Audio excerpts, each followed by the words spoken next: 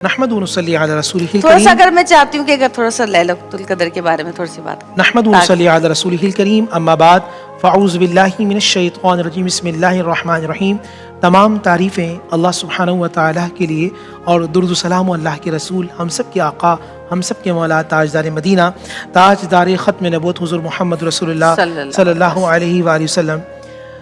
جب اللہ سبحانہ و تعالیٰ نے قرآن میں فرمایا وَإِذْ قَالَ رَبُّكَ لِلْمَلَائِكَةِ إِنِّي جَاعِلٌ فِي الْأَرْضِ خلیفہ،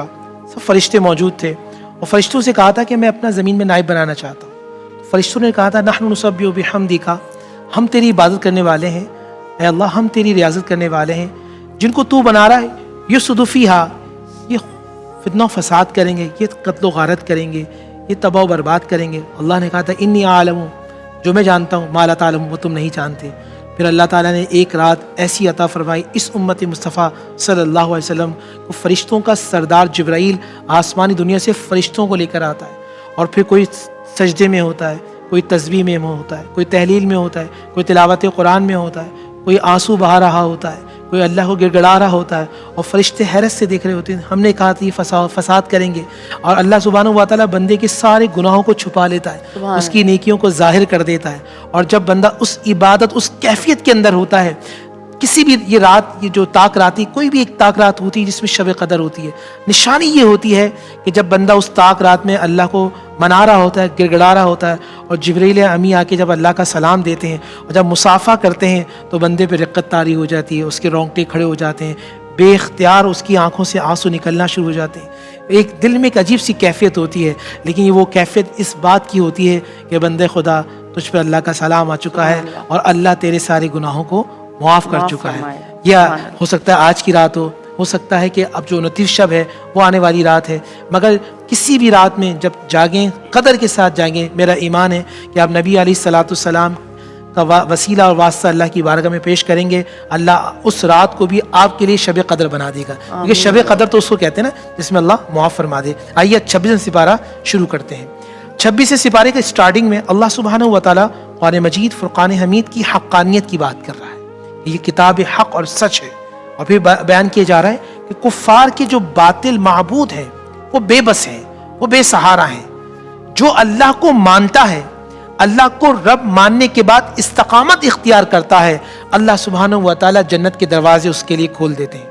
جو شخص ماں باپ کے ساتھ حسن سلوک سے پیش آتا ہے، جو شخص ماں باپ کو راضی کر لیتا ہے، اللہ تعالیٰ بھی اس کے لیے جنت کے دروازے کھول دیتا ہے۔ اور بھی بیان فرمایا جاتا ہے جو شکر ادا کرنے والے ہیں اور جو ہمیشہ ہر حال میں ہر وقت اللہ کا شکر ادا کرتے ہیں، اور جو اللہ نعمتیں دے اس کا فضل مان کر اس کی رب کی بارگاہ میں اور سجدہ کرتے ہیں، پھر اللہ سبحانہ و تعالیٰ فرماتا ہے اگر تمہیں دیکھنا ہے کہ اہل جنت کون ہے تو یاد رکھنا جو شکر ادا کرنے والے وہ اہل جنت ہیں۔ مطلب یہ کہ اگر آپ ہر حال میں شکر ادا کرنے والے ہیں تو قرآن کے 26 پارے کے مطابق آپ اہل جنت میں سے ہیں۔ اور پھر ارشاد فرمایا جاتا ہے کہ جو والدین کے نافرمان ہیں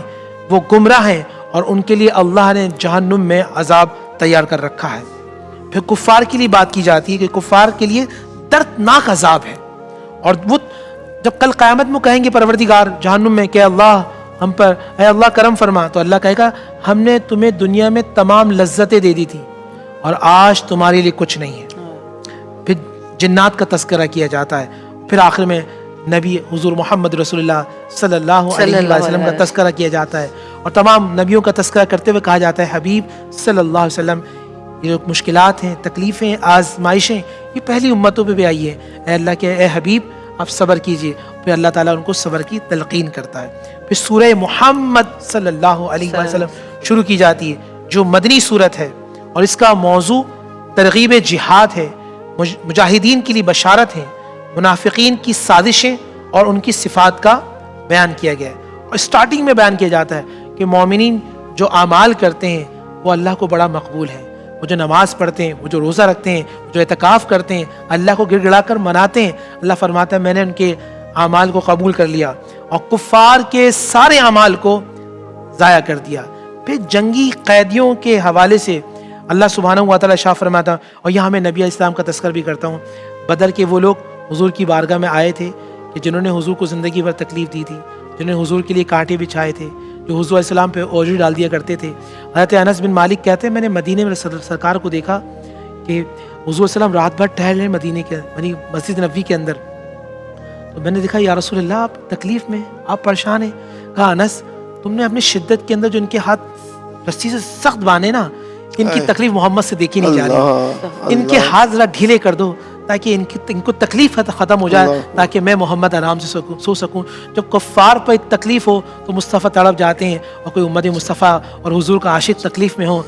لقد جاءکم رسول. پھر نبی اسلام مدینے میں تڑپتے ہیں اور ہمارے لیے دعائیں کرتے ہیں. صلی اللہ